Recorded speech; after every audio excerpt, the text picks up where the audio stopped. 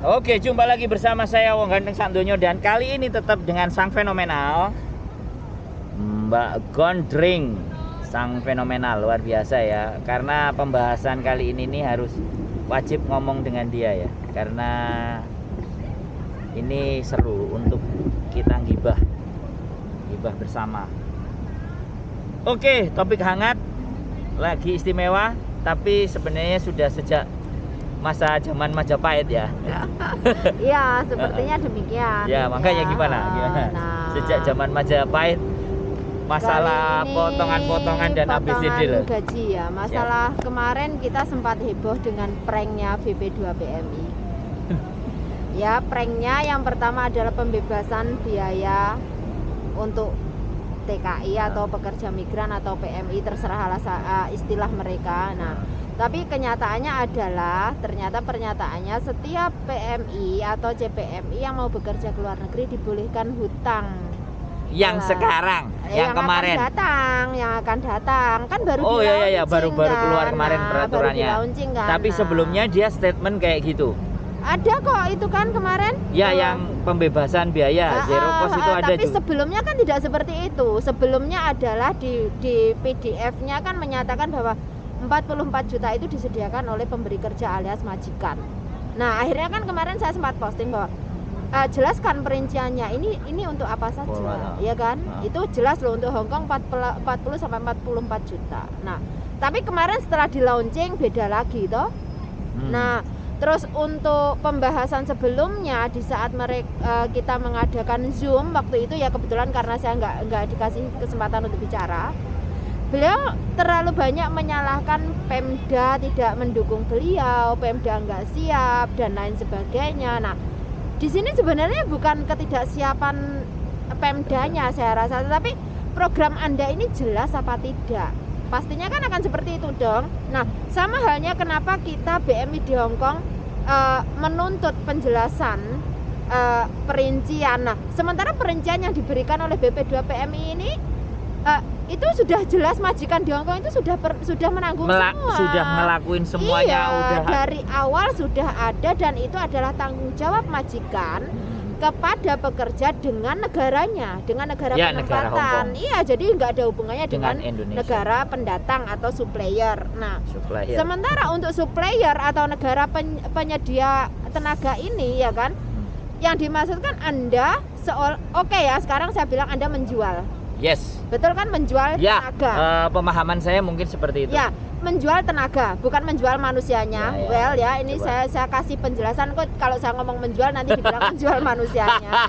Nah, menjual tenaga yang mana dianggap berkualitas, berdedikasi, otomatis Anda harus mempermak. Ya kan? Mempermak semanis mungkin, benar-benar, tapi memang benar-benar harus berkualitas. Dan dalam dibilang kualitas ini artinya Anda sebagai negara supplier, Anda benar-benar harus memfasilitasi dong, ya kan? Nah, itu kewajiban negara ya, hanya memfasilitasi. Contohnya BLK-nya jelas, alatnya disesuaikan dengan negara tujuan, minimal kan meskipun toolkitnya meskipun dibilang tidak 100% sama, minimal kan hampir mirip, ya kan? Nah, terus skillnya harus diasah, ya toh. Nah, itu kira-kira menghabiskan berapa bulan? Nah, ini BP2 PMI ada enggak hal-hal seperti ini? Kan enggak ada. Swasta kan? Iya. Nah, kan swasta itu diberikan kepada swasta kan? Iya, jadi sebenarnya seperti ini, masalah mau diswastakan atau bagaimana, I don't care. Nggak ada masalah teknisnya. Nah, pada dasarnya BP2 PMI adalah pengawas, badan pengawas termasuk perlindungan dan juga penyetara tentang pembiayaan, benar kan? Nah, artinya BP2 PMI harus tahu survei ke perorangan sebenarnya ini kalau dibutuhkan untuk membangun skill dari seorang, dalam arti dari seorang pekerja rumah tangga yang akan ditempatkan di Hongkong. Nah, itu meliputi apa saja skillnya? Kan tidak hanya babysitter, tidak hanya cooking, tidak kan? Nah, mencakup keseluruhan. Nah, artinya dalam membangun skill ini apa saja yang dibutuhkan? Kira-kira berapa lama waktunya? Nah, kalau ditempuh dalam katakan 3 bulan dia harus lolos babysitter ya, terus nanti untuk menjaga orang tua kayak caregiver, belum lagi kalau orang special need care. Nah, coba kebutuhan khusus. Iya, kebutuhan khusus dan lain sebagainya, minimal teori dan praktek harus ada meskipun itu sedikit. Mereka harus menguasai. Nah, terus ini kira-kira membutuhkan berapa lama? Bahasa berapa lama? Biayanya bagaimana? Apakah ini anak living cost-nya akan tinggal di sana atau tidak? Nah, ini kan BP2PMI memang harus tahu secara lapangan, termasuk laporan nanti dicocokkan. Jadi tidak asal jeplak sekian juta loh, enak banget. Makanya rincian tadi diminta ya. Iya, makanya jadi karena bagaimana rinciannya. Nah, kalau misal saya bisa bilang, kemarin saya menulis bahwa tidak boleh lebih dari 10 juta. 10 juta itu sudah termasuk biaya apa saja. Contoh, sekarang pasporan berapa sih? 500.000, 350 sampai 500.000. 355. Betul kan? Oke. Kalau yang paspor 550 itu yang X, yang apa yang paspor. Intinya nggak sampai 1 juta lah, Ya, wes. ya, Itu sajalah ya, itu paspor. Ya, kita bicara paspornya. Ya, oke. Medical berapa? 1 juta bisa 1.500.000. Ya, itu pra medical 2 kali katakan 3 juta, ya kan?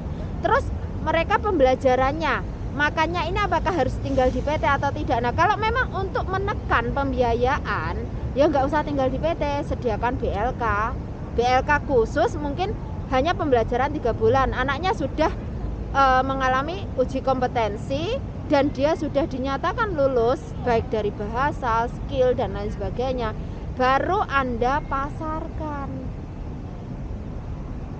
Nah, kalau Anda melibatkan pihak PT, swasta. oke, nggak masalah. PT hanya memberikan cap karena memang pada dasarnya memang harus memakai PT kan.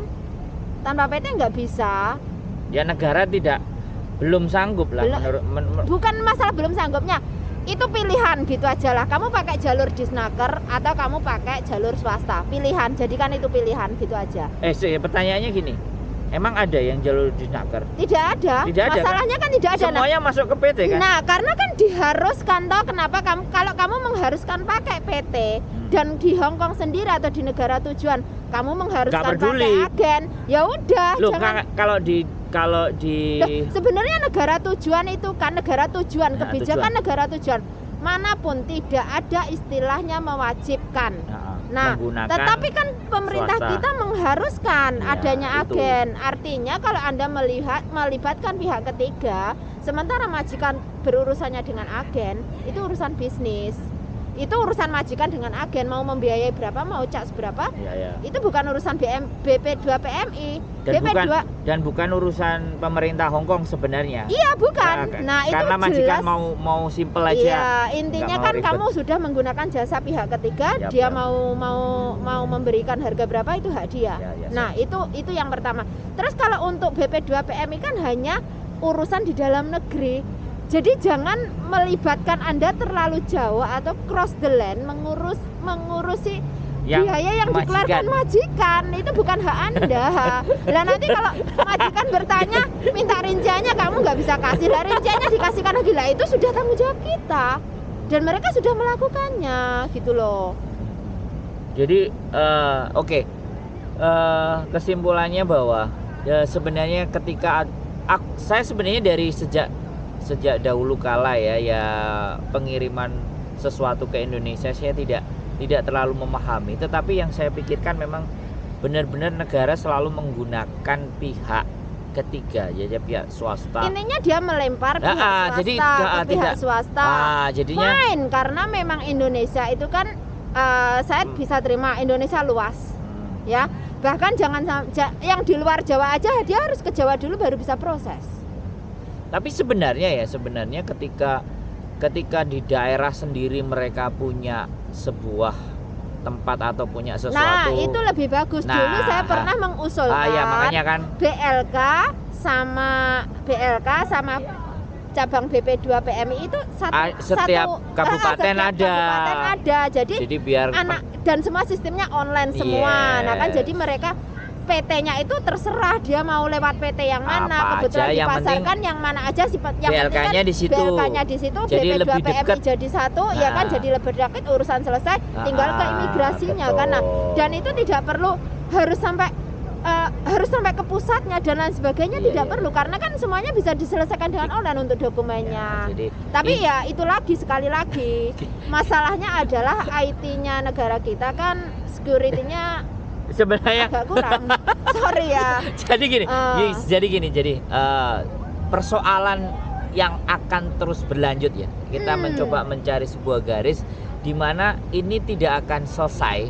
Hal ini tidak akan tetap berhenti ketika tidak ada perwakilan BLK di setiap kabupaten, dan sehingga akan untuk ada oknum yang selalu memanfaatkan dengan alasan Anda bukan warga sini lah, dan Anda harus memalsukan dokumen kan, akhirnya kamu harus membuat KK baru dan lain sebagainya. jadi Ini kan menjadi lubang baru bagi setiap oknum. Endingnya apa? Pemalsuan dokumen. Ya, Yang disalahkan siapa? Korban. Padahal korban pun juga nggak mau. Nah, pada prinsipnya kalau mau benar ya benar saja. Jadi ya ini akan menjadi sesuatu yang nggak akan ada habisnya. Maksud iya. saya. Jadi Terus lagi katanya itu untuk membantu BMI dari overcharging. Pertanyaannya overcharging yang mana? kalau saya begini ya, kalau saya melihat kalau di imigrasi Hong Kong itu kan dia harus mencantumkan capnya sebagai data yang kemarin kita bahas kan, Iya, sebagai data jadi warga negara sebenarnya kan, imigrasi cuma minta itu aja. Lah kemudian selebihnya itu bukan urusan dia. Lah kemudian si perwakilan negara kita yang ada di sini juga itu, ketika seseorang itu dicap di label oke, ketika dia sudah melalui swasta tadi yang ditunjukkan, swasta yang sudah ada rekotannya punyanya dia. Ya, punyanya dia kan. Punyanya Setelah KJRI, itu kan jadi baru kamu melepaskan ini stempel, baru keluar. approve, baru keluar kontraknya. Nah, itu yang menurut saya sudah jadi celah. Itu sudah itu dari dulu sampai sekarang nggak berubah. Itu nggak berubah gitu. Jadi kan. apapun, menurut saya apapun yang akan dikeluarkan BPM atau namanya apalah itu, whatever namanya, aku juga nggak, BPNP atau intinya BP2 istilahnya apapun apapun itu I don't care. Tetapi minimal Anda itu kalau mau memang mau memberikan sesuatu ide yang baru, minimal tanya yang memang tahu, tanya yang memang paham. Anda mengimplementasikannya jadi tidak salah tempat. Nah, kalau seperti ini kan kesannya memang negara berorientasi bisnis seolah mengekspor warganya, gitu loh. Iya kan? Jadi, kan itu melibatkan BUMN ya. Ya. Nah, jadi kan sebenarnya BUMN adalah lembaga keuangannya. Iya, sebenarnya kan begini juga. kan. Aduh. Dulu saya pernah mengutarakan waktu diundang Gerindra. Saya pernah memang itu secara langsung spontan saya pakai orasi. Seharusnya pembiayaan itu bisa dibiayai dengan rupiah, dengan Bank Indonesia tanpa agunan. Pinjaman adalah diaktifkan setelah visa tersebut aktif oleh pekerja, ya, dengan jumlah katakan 15 juta per orang. 15 juta saja per orang. Entah dia kan sudah lulus semuanya nih, ya kan, dia sudah belajar 3 bulan, memenuhi syarat, tapi tetap sebelum dia berangkat tetap disampaikan belajar, jangan sampai nggak belajar, ya kan, meskipun belajar secara mandiri atau dikontrol atau apa, terserah lah, I don't care. Nah, tapi tetap 15 juta itu per orang, 15 juta ya. ya. Nah, 15 juta dia diambilkan, mau pakai BRI kayak mau pakai BNI kayak mau pakai bank mana saja terserah, ya kan. Nah, yang pasti kalau untuk ukuran bagi BMI pembiayaannya 15 juta per orang, X non X, nggak usah lah kamu pikir, kan nanti akan dimanfaatkan lagi, X sekian non X sekian, akan terjadi kesenjangan sosial. Nah, 15 juta itu bunganya berapa persen, dibayar berapa kali. Nah, kalau sudah jelas misal dibayar 6 kali, bunganya sekian persen, dan dia harus totalnya sama bunga katakan 17 juta. Nah, berarti 17 juta dicicil 6 kali cicilan. Dimulai di saat dia sudah menerima gaji. Itu perjanjian hutangnya. Disaksikan oleh notaris dan pihak bank. Nah, selanjutnya hutang tersebut diberikan barcode atau nomor hutang, ya kan, yang harus dibayarkan oleh si A. Setelah nanti tapi biayanya rupiah. Otomatis kan gaji kita dolar 4.650. Kalau dibikin katakan itu 6 kali 17 juta kacakan berarti 3 juta ya. 3 juta. Nah, 3 juta per bulan. 3 juta per bulan artinya berapa ribu dolar Hongkong, itu kan disesuaikan dengan kursnya. Ya. Nah, dan itu bisa dilakukan dengan m-banking kok. Dengan pengiritan biaya administrasi itu tadi. Itu menguntungkan siapa kira-kira menurut sampean? Apakah itu tidak menguntungkan negara kita? Kalau sampean ya oke, mungkin saya potong bahasanya. Negara itu sudah banyak diuntungkan. Ya wis, intinya saya nggak mau tahu sudah Iya. banyak diuntungkan, Iya. saya sudah tahu. Tapi kan ini kan lebih menguntungkan Untuk lagi ke teknis itu sampean. Iya. Nah, Aku kembali lagi terus yang kemarin nggak- beliau menyatakan dengan KTA BNI dan ada barcode-nya dikonek dengan paspor, bener toh? Ya. Saya nggak salah toh? Nah. Ingat itu pernah tak bahas 2019 bulan Oktober kalau nggak salah. KPIH vs KPIS, di mana saya sudah sampai ke arah situ. Bahkan ini nanti bisa arahnya adalah sebagai pinjaman untuk biaya penempatan dengan barcode yang dikonek dengan paspor. Bener kan? Nah, saya setuju jika dengan sistem 15 juta menjadi 17 juta dibayar 6 kali, it's fine. Tapi kalau sekarang dikasih per orang 40 juta, bisa sampai 40 juta, maksudnya buat apa? 40 juta ini pinjaman pribadi loh artinya. Lah terus kabeh kan pengen daftar jadi TKW oleh pinjaman 40 juta. Terus 40 juta wi kok parane nyandi? Hah? Sini ngomah ya butuh mangan. Ya kan? Padahal yang mereka mau adalah saya mendaftarkan diri sebagai TKI atau PMI untuk merubah nasib biar cepat dapat pekerjaan. Mendapatkan hasil yang lebih baik, ya kan? Mendapatkan gaji yang lebih tinggi dari di Indonesia, minimal bisa menopang kehidupannya di Indonesia. Nah terus kamu gelontorkan dana dengan dasar hutang 40 juta ini kemana? Bisa sampai 40 juta, mereka dibolehkan mengambil kurs sampai 40 juta. Kenapa nggak 100 juta sekalian? Ya pertanyaanku juga, kalau digelontorkan di 40 juta, duitnya itu disetor dikasihkan ke siapa kan? Nah, dikasihkan ke siapa? Jangan hanya nanti nominal anaknya suruh tanda tangan tapi nggak terima uang. Nah, endingnya dia harus membayar hutang dengan tanpa alasan menerima tanpa uang. menerima uang. Nah, kayak yang sudah-sudah. Jadi saya kemarin bilang udah sangat nggak manusiawi. Ini sudah nggak sehat. Nggak manusiawi. Kalau saya bilang nggak manusiawi. Terus sementara Pak Benny Ramdhani sendiri seolah menutup mata, menutup telinga bahwa seolah intinya zero cost ini harus berhasil. Lah kenyataannya sekarang sudah tidak berhasil, berarti gagal kan? Wong nyatanya kamu disuruh ambil pilihan untuk pakai kur, berarti kan tidak berhasil dong zero cost-nya. Ada enggak permohonan maaf? Ada enggak penjelasan kenapa tidak berhasilnya? Kenapa gagalnya? Mengapa tidak bisa zero cost-nya? Enggak ada loh penjelasannya. Aku kembali lagi ketika sampean ngomong udah seperti itu. Terus kemarin nyatanya mau diloloskan setelah mengalami berbagai protes ya. Terus terang aku dewa ya protes melalui media sosial sampai Facebookku diblokir sama dia. Fine. Akhirnya ditunda, katanya menunggu bulan 7 ini bulan 8 endingnya malah pembebasan biayanya, launchingnya jadi seperti ini. Kalau memang Anda nggak mampu, kadang kamu ngomong kalau nggak diloloskan saya mundur, ya mundur aja. Banyak yang mau ganti posisi kok. Saya yakin banyak yang mau ganti posisi, benar nggak? Ini udah personal ini Loh, karena beliau sendiri loh yang menyampaikan. Hah? It's okay. Ya, It's okay. itu ada kok ya. Saya masih ada dan tulisan saya ada di Google. Saya punya datanya. Datanya ada. Iya, nah jadi oke ngomong. Jadi kalau beliau ngomong kalau nggak diloloskan mundur, kenapa harus mengambil keputusan mundur, ya kan?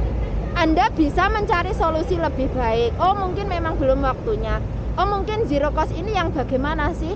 Kalau zero cost living kita bisa terima, artinya living cost-nya yang dizerokan. Dalam artian dia tidak perlu tinggal di PT, kita tidak perlu makan di sana. Mereka mungkin hanya belajar saja ya kan, tapi praktek masak tetap dijalankan dan fasilitas tetap dikasih. Tapi itu kan tetap bayar kan, bukan free loh ya. Nah, kan masih sama, tetap win-win. Bisa nggak diterima akal sehat kira-kira? Gini. apa yang sampaikan buat aku udah seharusnya layaknya memang begitu ya. Tetapi saya melihat kembali lagi apa sih yang dipikirkan mereka sehingga mengeluarkan angka sampai segitu.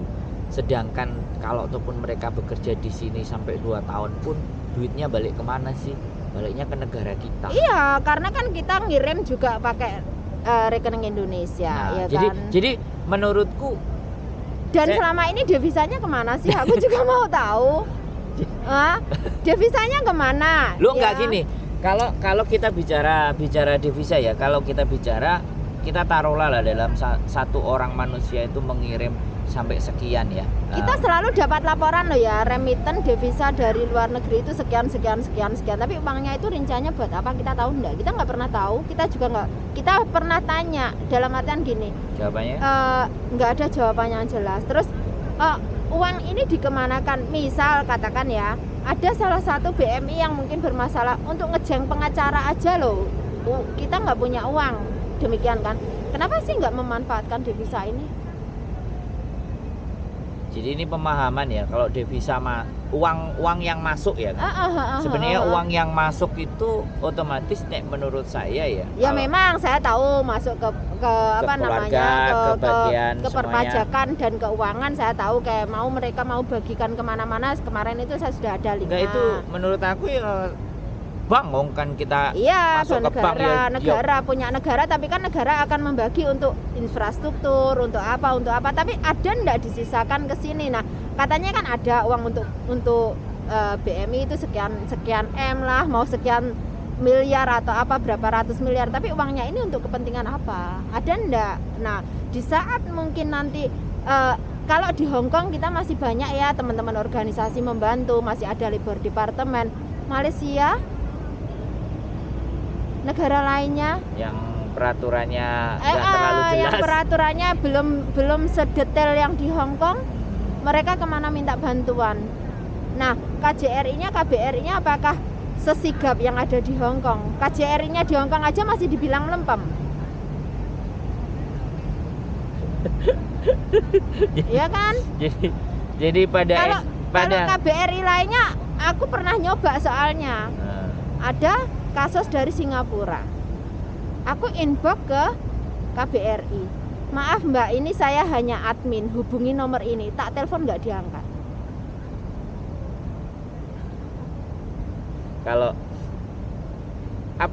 aku mikir ya sebenarnya ya itulah yang aku jadi berpikir bahwa terlalu dalam ketika kita punya data pun menguliti, dan akhirnya apa yang kita sampaikan juga kayaknya hanya sebuah angin lalu ya. Jadi tidak ada bentuk di mana menurutku kembali lagi perubahan yang di mana posisinya itu menguntungkan teman-teman gitu. Sebenarnya begini, yang lebih baik adalah kita bikin win-win solution ya kan. Nah, sementara kearogansian dari petugas ini harus dikurangi. Nah, Anda adalah seorang petugas yang hanya duduk di kursi menerima laporan. Anda bukan petugas lapangan. Anda bukan pelaku. Bagaimana Anda bisa memberikan asumsi atau kesimpulan di saat Anda tidak pernah mengalami hal tersebut? Ngambang dong. Ya artinya udah banyak sekali ya kalau kita kuliti satu-satu seperti sampean bicarakan itu tetap posisinya bahwa masyarakat kita, warga kita dan teman-teman kita itu menjadi lahan, menjadi tempat di mana memang menjadi selalu menjadi lahan. Tidak menjadi kayak menjadi uji coba peraturan baru. Seperti itulah. Nah, sebenarnya kalau wacana KUR ini kan sejak 2012. Sejak 2012 sudah ada wacana KUR ini. Ya, makanya aku bilang, apakah ini sesuatu sejak zaman Majapahit dulu sudah mulai dibahas? Terus akhirnya kan Jumhur Hidayat sempat menyatakan bahwa sudah diturunkan dari 3.000 menjadi 2.600, kemudian turun lagi menjadi 2.145. Saya bisa bilang 2.145 itu mungkin angka yang Anda terima, tapi apakah Anda tahu di lapangan? Tidak kan, banyak kok mereka yang KC saya sudah membayar sekian ribu, tetapi kenapa saya masih harus ditarik ada lagi barcode berikutnya, alasan itu adalah pesangonnya. Lah pesangon itu dia nggak minta kadang, ya kan, kadang memang PT-nya kan memberikan iklan dapat pesangon, ya toh. Nah terus akhirnya setelah anaknya ya otomatis minta dong, nggak salah. Nah, pesangon 3 juta dihitung $3.000 lebih woh. Terus bayarnya dolar. Lah itu kalau oke, katakan $3.000 saat dijadikan rupiah berapa? 5 ABCD lah. Nah, di sini kalau memang Anda Selisih. mau membantu, ya BP2PMI mau membantu menekan ini, ya sudah bayar rupiah, selesai. Mau kursnya 1.800, Pokoknya 900 ya udah nilainya rupiah, itu sudah sangat bagus. Jadi 15 juta jadi 17 juta pun enggak masalah, yang penting kan rupiah. Jadi minimal mereka gaji sekian untuk membayar hutangnya rupiah sekian, yang lainnya bisa mereka pegang, bisa untuk keluarga. Bukan berarti kalau dihitung dolar per bulan 2.000, ada yang 2.500, ada yang 2.700, ada juga sampai yang 3.000. Kenapa? Yang kita butuhkan itu adalah satu, kepatenan harga, kepatenan peraturan. Jelasnya peraturan, jangan berubah-ubah. Bukan kok kemarin dari Jumhur Hidayat begini, ganti Pak Nusron begini, ganti lagi Pak Beni begini, nanti ganti siapa lagi juga ganti lagi, ya yang mumet kita toh. Bukan, sebenarnya bukan sebuah kemumetan, nggak akan ada sebuah perubahan. Iya. Jadi, karena hanya ganti nama, ganti orang, tapi pada dasarnya sama. Jadi nggak ada perubahan yang signifikan. iya. Dan menggunakan alasan perlindungan. Nah makanya perlindungan yang bagaimana? Terus ditambah tiba-tiba lagi memberikan tip bisnis. Hello, tahu tidak peraturan di negara tujuan? Itu saja. Bingung mau usaha apa lah. Kalau Anda memberikan tip bisnisnya bukan di luar negerinya, bisnis di Indonesianya, silakan, ya kan? Nah, mungkin kalian dengan kur yang 40 juta ini tidak mau bekerja ke luar negeri, oke, bisa Di buka usaha Indonesia di Indonesia. aja. Nah, itu bisa itu baru saya terima. solusi. Iya, Itu nggak usah solusi. keluar negeri, itu solusi tepat. Nah, Menurut saya nggak usah pergi. bukan kok malah ada usaha apa, Berangkat. bingung mau usaha apa di luar, nanti di sana bisa nyambi lo. Ini pidana Pak, pidana, penjara maksimal 2 Nggak, tahun, mungkin ya, dendanya gini. 50.000 itu di Hong Kong. Mungkin. Kalau negara Singapura blacklist, Taiwan blacklist, apa Anda mau warganya gini. dibegitukan semua? Kemungkinan kembali lagi ini saya bilang bukan sebuah peraturan ya, tapi ngejak guyon gitu, ngejok. Lah makanya ngeprank kan, prank sama joke. Nah, lain Ngejok. BP2PMI, lain pula KJRI juga joke-nya baru lagi. Kita Kemarin outreach. Aduh. stand up comedy aja. Nah, terus kemarin ada outreach ya. Kakak aja. Di saat ditanya, iya benar, itu adalah uji coba jemput bola. Itu dari fanpage saya inbox, ya kan? Iya. Ada anak lagi inbox ditunda. Aku langsung konfirmasi kepada konsul imigrasi. Betul Mbak Kontreng. Lah Pak, akhirnya saya sampaikan, Pak maaf ya jujur, ini divisi keimigrasian ini sebenarnya sudah sangat bagus. Anda sudah bekerja sudah sangat bagus, upgrade-nya sudah bagus, ya kan, kuota sudah ditambah, dan juga antrian sudah tidak seperti kemarin, bener toh? Yang kurang hanya apa sih? Perlu di-upgrade websitenya, scan dokumen supplementary attachment, ya toh? Pengisian formulir online. Tapi ingat, mau ke arah sana ini perlu biaya dan perlu waktu, perlu proses. Ya kan kali ini sudah di-upgrade. Ya udah jalani, maksimalkan yang ini dulu aja. Maksimalkan yang ini dulu. Kalau mau membantu mereka yang di luar Hong Kong Island, kembalikan servis via pos.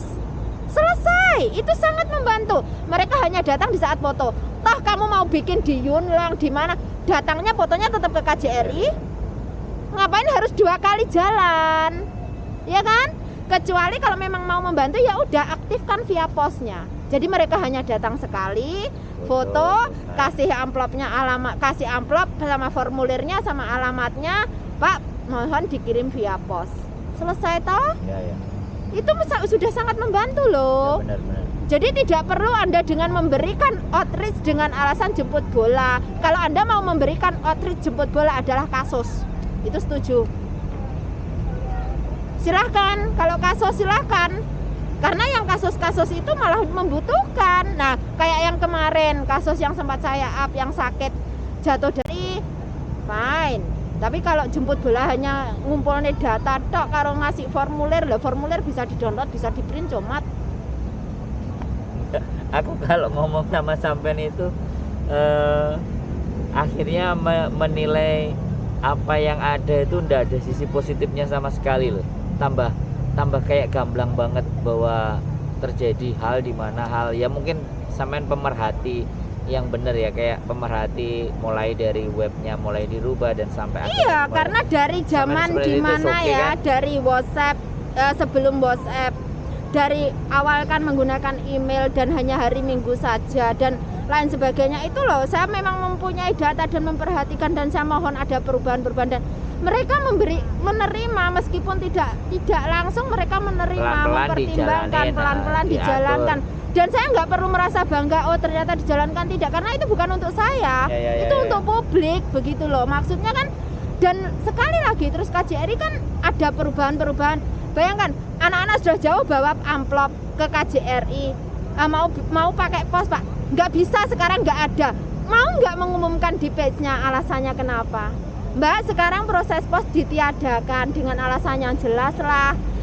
Tenaganya kurang, gak enak sih yang kantor pos. Lewat gue yang kantor pos saya kurang, ngapain harus pakai outreach-nya gue sekian banyak distrik? Tenaganya sopo? Ajak guyon nih. Mahal loh. Kalau kamu hanya ngepostnya surat saja loh, ngepostnya dokumen aja kamu bilang nggak ada tenaga. Oke. Banyak sekali yang udah dipaparkan. Konklusi sekarang, jadi statement di terakhir ending, negara kita ini akan mulai berubah menurut sampean berapa lama lagi dengan hal-hal yang dari dulu sampai sekarang nggak pernah bisa diselesaikan, nah, atau ini mundurnya ke 15 tahun lalu loh. Oke. Konklusinya berarti di situ.